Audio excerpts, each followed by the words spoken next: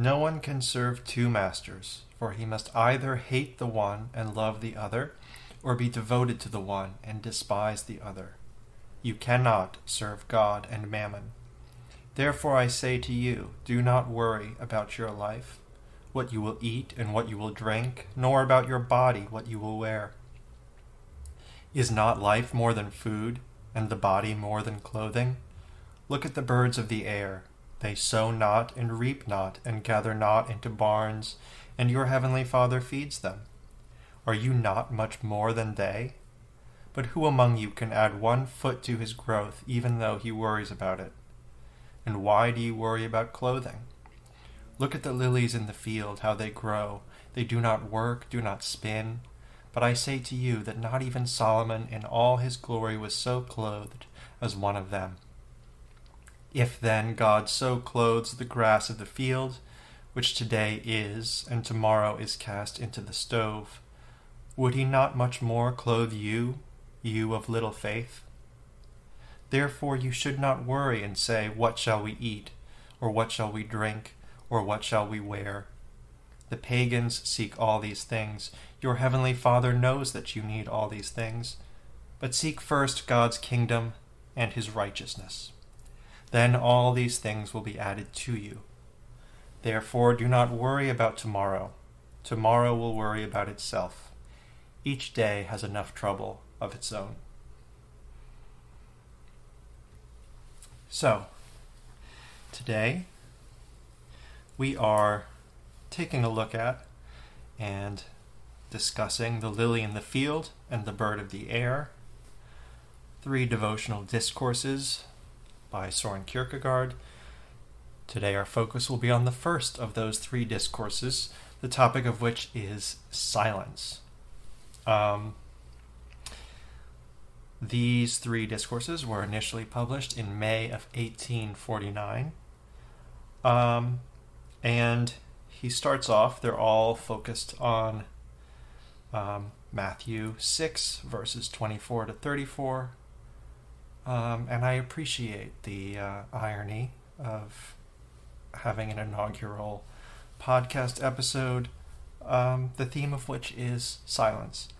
But on that topic, I'll be monologuing for a bit today with some passages from this essay. Now, where Kierkegaard begins is he talks about the poet. And when he's talking about the poet, he's sort of talking about someone with an aesthetic sensibility. So the way that the poet responds to this passage is with a sort of sorrow, frustration, anger, because the poet acknowledges, yes, I wish I could be like the bird or the lily. I wish I could be so free of care. But alas, and recognizes that what is being said here is an impossible beauty and is a kind of cruelty. It's as though we're being taunted with this idea of we should be like the bird or the lily, and yet it remains out of our reach, remains impossible for us because we are human, because we are so burdened by human cares. And so to this view, Kierkegaard's response is to point specifically, he uses this word a lot, earnest. So he's talking about the earnestness of the gospel. I'm not sure the translation for that word, but in the version I'm reading, it's written as earnest. So he says that the gospel is so earnest that it, quote, dares to order that he shall be like the bird. And this, I think, is a really simple and wonderful sort of revelation, right? That, I think I have some of this sensibility that he ascribes to the poet, right? Where I think, oh, would that I could be like that. And yet it seems like something that remains out of reach unable to be grasped. And so how simple then to say, it's not a matter of whether you can or cannot. You shall. It's an order. It's a command. And he talks too about being childlike. And, of course, this is something else that is a theme with the poet, is that the poet wishes that they could return to childhood and to those feelings of wonder and innocence that sort of we think of as characterizing childhood or youth. But Kierkegaard is saying we should be like the child who does not dare to say, when given a command, does not dare to say, I cannot. And what he says is, quote, not to be able is impossible if one does not dare something else. So he makes this issue of being like the bird or the lily. He makes it into something as simple as a duty. And in his view, this sort of bypasses the hand-wringing of the poet, right? Because if we do not dare do something else other than what God wills, then only God's will becomes the only thing that is possible. And this is something that he kind of will explore more throughout the discourses, particularly in the second one on obedience. So this is kind of how he introduces the bird and the lily. And so this initial portion is focused on silence. And before we really get into why silence, what that silence means, I want to start with a little anecdote. I first read this essay about a month ago. I had taken a trip to the heart of the Appalachian Mountains, to a place that I love very dearly. And I was camped out for a week or so, spending some time in the mountains, doing some hikes, and being in that place, which I've been to many times before. I sort of try to be thoughtful about why it is that it's so meaningful to me, why I feel drawn back to this place, and why especially when I'm there in the mountains, I have this feeling of being at home, which it's not where I'm from. It's not what you could call my home in the sense that we typically think of home, but there's a sort of nostalgia, a sort of returning that makes it feel like home. And so I was here and I was trying to sort of figure it out. And before I read this essay, on one of my walks, I had the thought, which I've had similar thoughts before, that what feels so profound about this landscape is its silence. And especially its silence held up next to its sort of grandiosity of appearance. So to be standing on a mountaintop and to hear nothing, or to hear almost nothing, right? Or to hear just the wind through the trees, some bird song, or depending on, which side of the ridge you're on, to hear the roaring of a creek. You have these sounds that fit in with what we'll come to understand as Kierkegaard's conception of silence. But you have these sounds that are so understated in comparison to the just immense beauty that you see in this place, and the extraordinary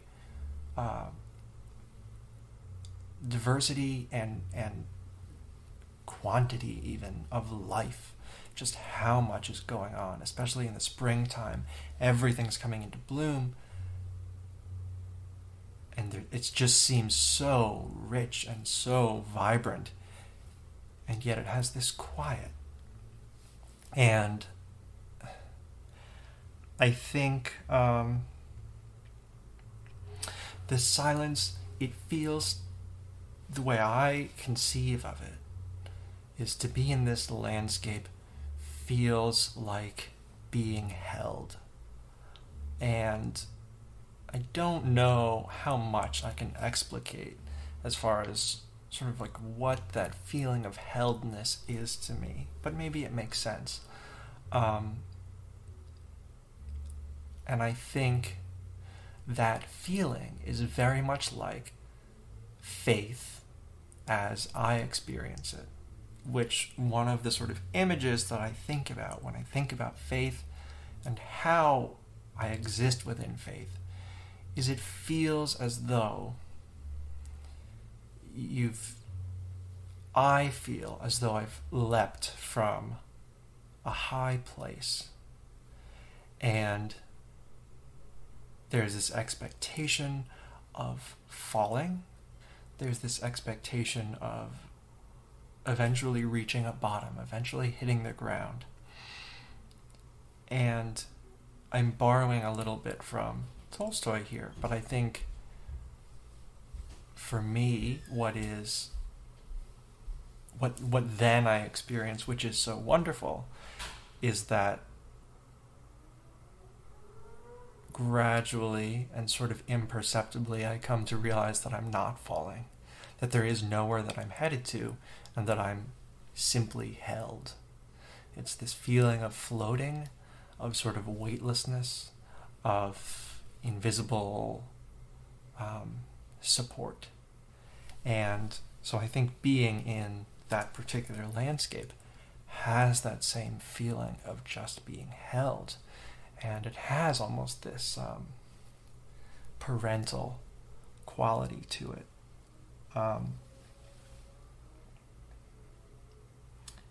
And I think this will also tie in this idea of returning to childhood, will tie in with Kierkegaard's understanding of becoming silent as sort of an undoing, as a returnal, a way of moving backwards towards the beginning.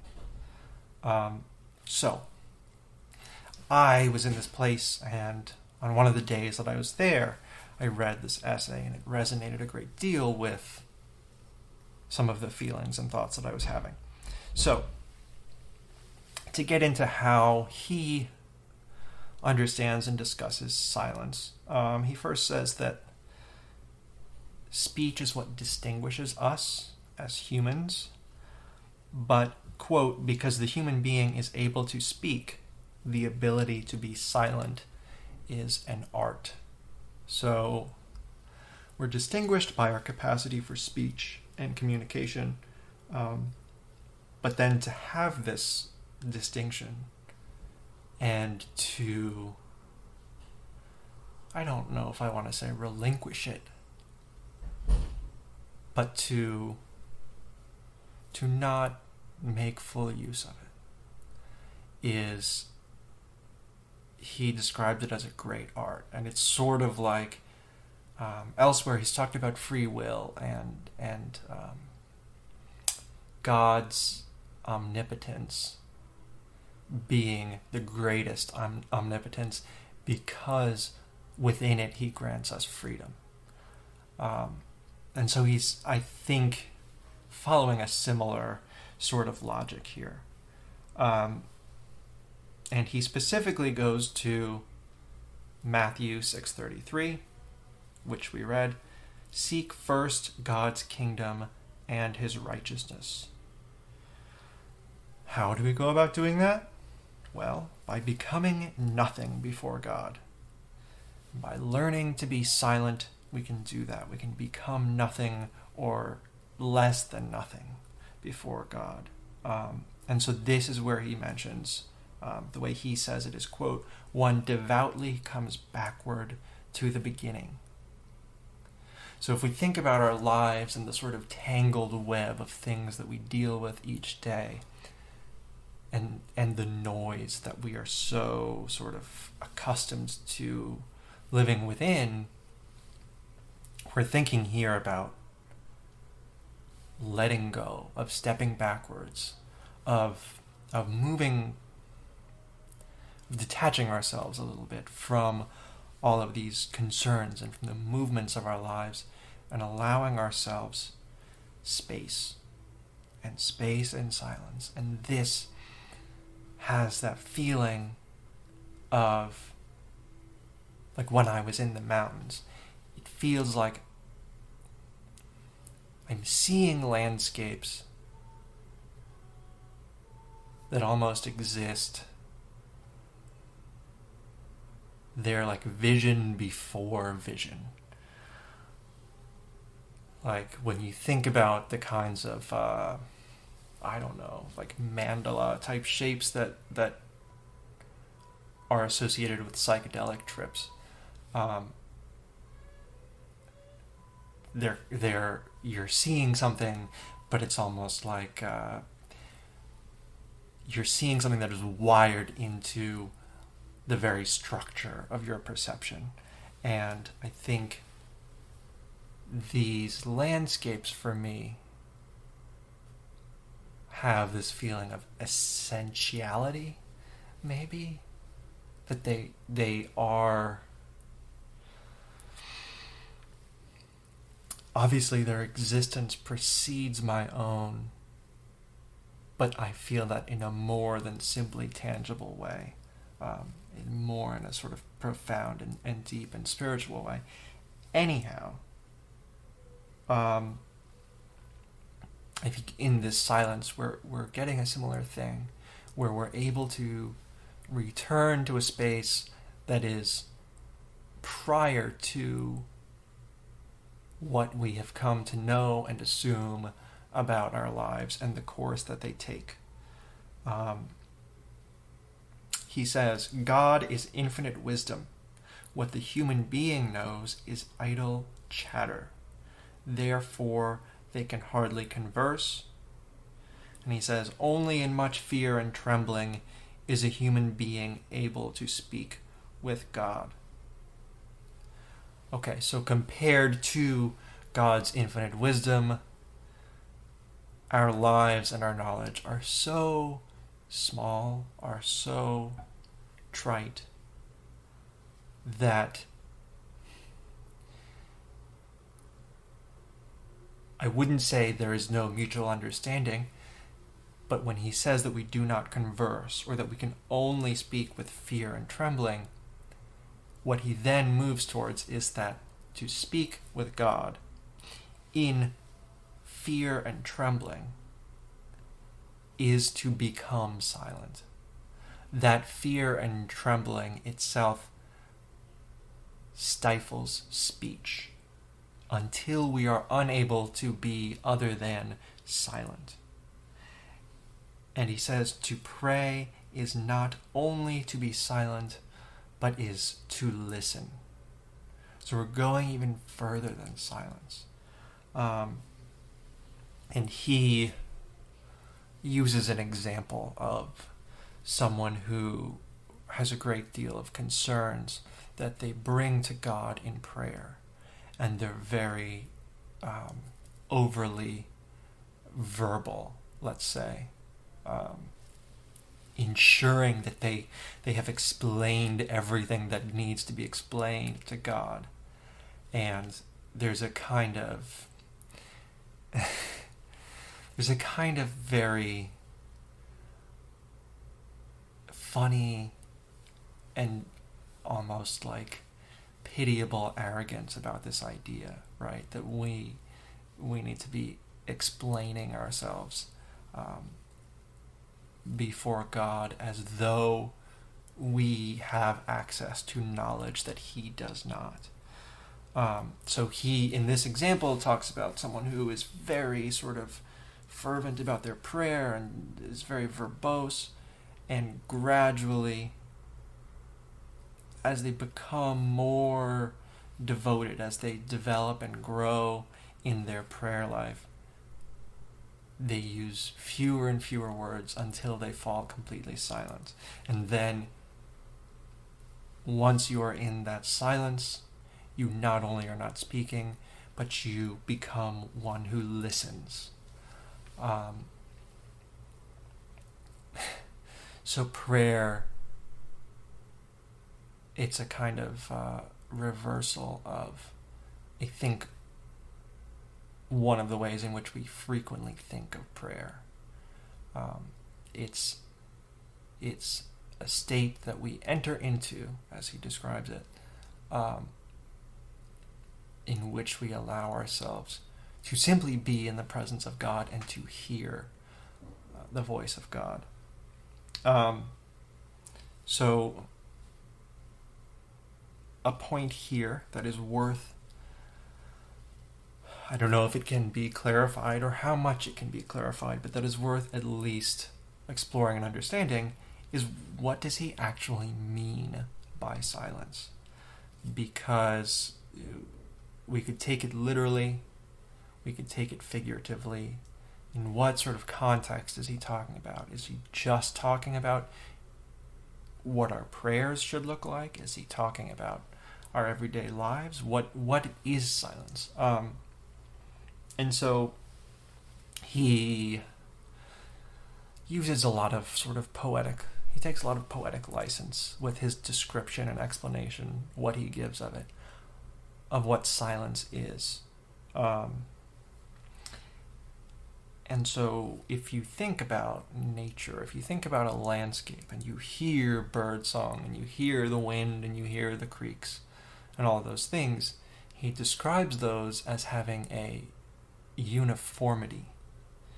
And that uniformity is still silence. Even though it's not the absence of sound, it is a kind of silence.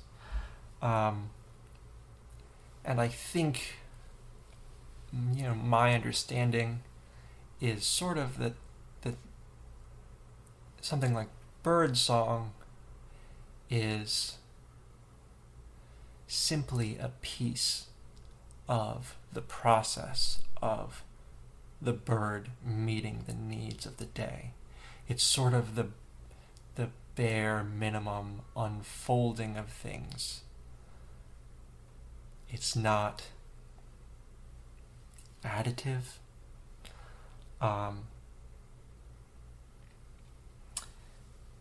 One of the things he writes, and this will maybe be more or maybe less clear. He writes, "In the evening, when silence rests over the land and you hear the distant bellowing from the meadow, or from the farmer's house in the distance you hear the familiar voice of the dog, you cannot say that this bellowing or this voice disturbs the silence. No, this belongs to the silence, is in a mysterious and then in turn silent harmony with the silence. This increases it." So you can sort of get a picture of what he's getting at when he thinks about silence. And I think as far as applying it to our own lives, yes, I think there is a component of it which is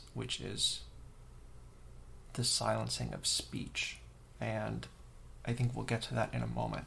But he says, in this silence, it has this sort of character of waiting. He writes, "Only by being silent does one find the moment." So the silence is a sort of expectant silence. Again, we're focused on not simply absence of speech, but a sort of patient readiness to listen. And so when he says that only in silence do we find the moment, the next question is, what is the moment?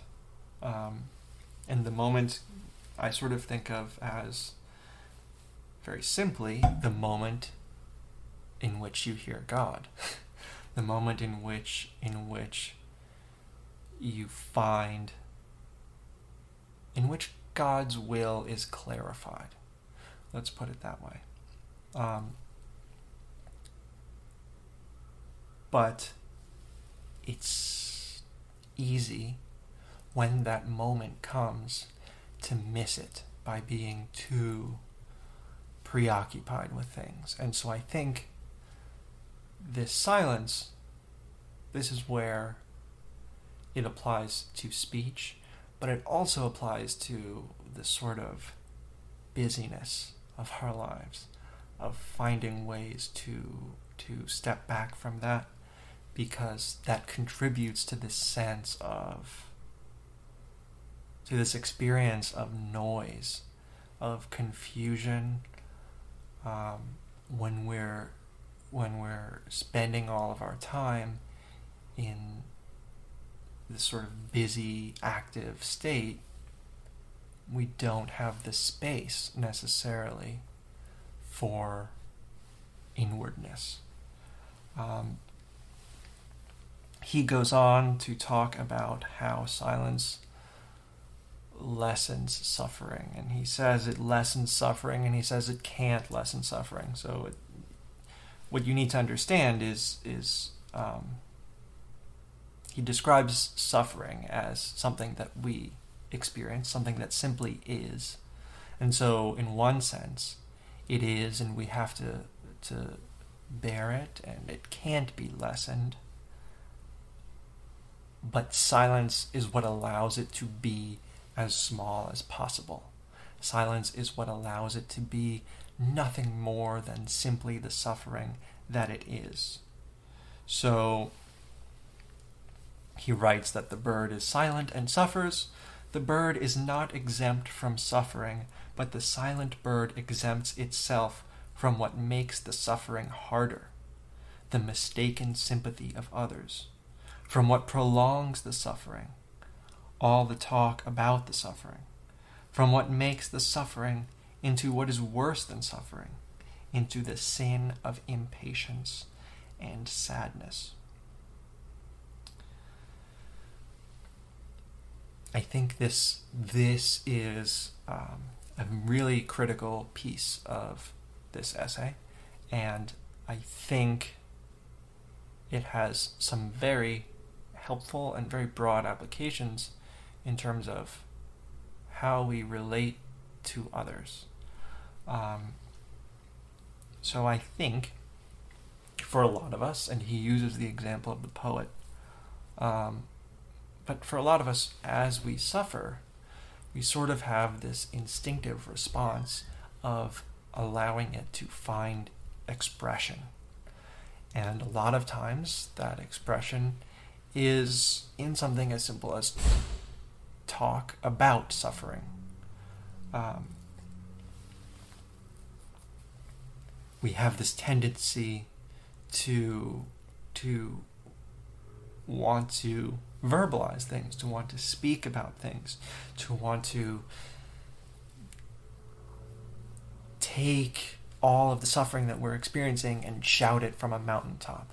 And in Kierkegaard's view, all this does is makes it worse. And so he basically says that in order, like I said, to have silence be, or to have suffering be nothing more than the suffering that it is, to have it take up as little space as possible, to cause as little pain as possible, is to bear it silently. And I think this is very difficult.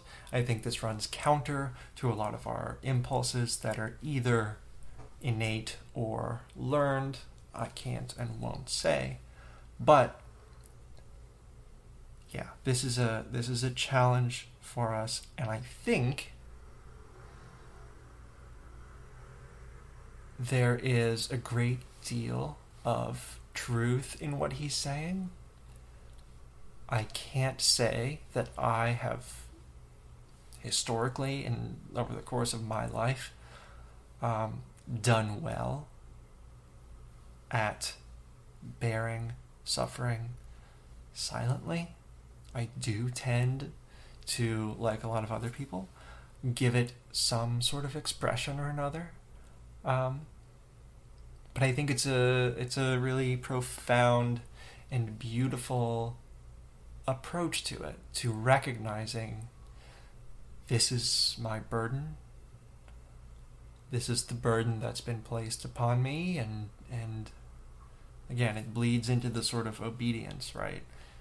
It is my duty to carry this through each day, to continue with it, and no more nor less than that.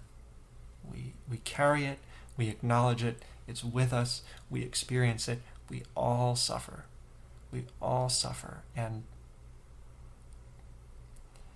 I think a characteristic that I've noticed about myself, despite being, I could say I'm introverted, I have this feeling when I'm speaking with people of wanting to be known, wanting to be seen, wanting to be understood. And there's this sense that there's some, validation that comes from being recognized by others, being understood by others. And how simple and profound to say, oh, I can let go of that. What if I didn't place such an importance on that? What if I didn't worry that someone is not aware of my suffering, of how great and how important my suffering has been? What if we can let go of that? And I think, too, it applies to bearing our own suffering, but I think it also is relevant as we're thinking about how to walk with others in their suffering. If we are around people, as we always are, who we know are suffering, either because we can observe it or because it's been expressed to us literally, I think, at least for me, and it could be simply my own self-centeredness, maybe other people don't experience this to the same degree, but I find it very difficult to talk about the suffering of others without in some way centering myself. Trying to, even if I'm giving advice, right, it's based on my own experience, my own ideals, and so on and so forth. I'm so wrapped up in everything that I say. And there's not an easy way to extricate yourself from that. But what if, in silence, I refused to insert myself?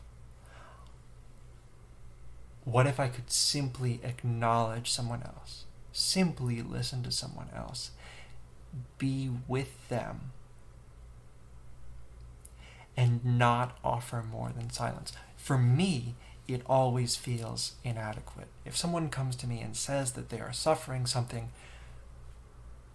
I have an urge to say the right thing, to find what the right thing might be and to express it.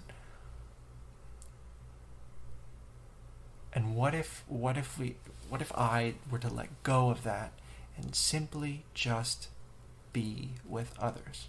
Just recognize, just listen, just be present. Now, this is a somewhat different idea than talking about like being silent before God, but I think similar sort of principles apply, and I think it can be a very helpful way of being with others and of really being able to see others without just seeing the relation, without just seeing their connectedness to myself. Removing myself entirely and actually having that sort of union with another person. Okay, let's continue. He describes silent as respect for God, says that in silence you are, quote, aware that you are before God. Again, this maybe goes back to describing the experience of being in the mountains, of being in a silent landscape, and the way that I sort of see it and hear it and experience it as being like, I want to use the word precognitive, like it's a perception that is prior to all perception. And I think this is sort of what I'm getting at, that I have really a terrible vocabulary for, a completely inadequate means to describe it. But it's this awareness of being before God, in that silent space, in that immense space, a recognition that I am before God. Again, in the noise of our lives, in the busyness of our lives, it is easy to forget. And I think it takes, for some of us, and I include myself in this category, at least a lot of the time, it takes something grand, it takes something huge, it takes, a beautiful mountain vista to have that awareness. But the more we are silent, the more we cultivate that awareness, and the more we can experience it in smaller ways, right? I don't need to climb a mountain to become aware that I'm in the presence of God. I can have that experience in the tiny room that I live in. I can have that experience walking down the street. I can have that experience in a lot of different ways. But sitting in my room, it doesn't have the same impressiveness. And that is a sort of testament to the inadequacy of my own sensitivity to God, and my own inability a lot of the times to listen, because I am too wrapped up in things. I am too busy. I have too much noise. And then I'm going to read. This is near the end, and it's a very beautiful passage. Even if what you want in the world would be the most astounding feat, you are to acknowledge the lily and the bird as your teachers, and before God you are not to become more important to yourself than the lily and the bird. And even if the whole world were not large enough to hold your plans when you unfold them, you are to learn from the lily and the bird as teachers, to be able before God simply to fold up all your plans into less space than a period, and with less noise than the most negligible trifle, in silence. And if what you suffered in the world were as agonizing as anything ever experienced, you are to acknowledge the lily and the bird as your teachers, and not become more important to yourself than the lily and the bird are to themselves in their minor cares. I find that just incredibly beautiful, and I think it captures so well what he's getting at. And it also opens it up into all these other sorts of ideas that he'll get into later. It's the whole set of 3 discourses is brief, so there's always more to talk about than what he is putting on the page. But this kind of opens into the obedience, right? Because he's talking here about humility. So the poet, in not being silent, makes himself more important, exaggerates his own importance, whereas we are to do the opposite and not become so important to ourselves. And the words that he uses, he says that in silence you are to, quote, forget your will.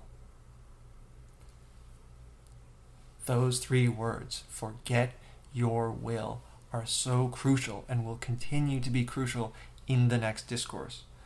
In silence, I hope this kind of elucidates why silence is the first step, right? We're returning to the beginning. We're stepping back from ourselves. We're stepping back from our concerns. We have our suffering, but we're not allowing ourselves to be entangled within it.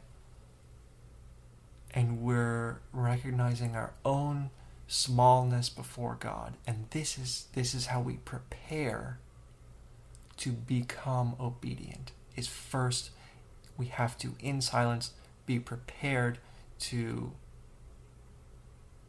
receive God, to hear God, and to, in the process, forget our own self-will. So, the very last thing he talks about is he goes back to Matthew 6:33, seek first God's kingdom and his righteousness. And what he sort of focuses on here is the seek first God's kingdom. What does this first mean? Because to say seek first God's kingdom implies that something else comes next. So what would that be? Well, for Kierkegaard, nothing comes next. The way he describes it is that the gospel is gently bringing us into our duty. It is not too harsh, perhaps because were it too harsh, it would be off-putting, right? So he gives, I think, a helpful analogy here to a child. The child's mother puts dinner on the table, and the child says, What use is it for you to give me so little food? This will not be enough to satisfy me. And as the gospel is gentle, the mother here is gentle and says, well, how about you eat what is on your plate first, and then we can go about finding you a little bit more. And of course the child begins to eat and cannot even finish what is on the plate, let alone have any more. So the idea here is that if we are sort of coaxed into seeking God's kingdom, thinking that everything else comes after, everything else comes on the other side. But as we begin the process of seeking God's kingdom, we find ourselves so satisfied and so enriched by our seeking that becomes the only thing, right? It's not something that we complete. It's not something that we move on from. There's nothing that comes after. It is all seeking God's kingdom. And so when we're told, seek first God's kingdom,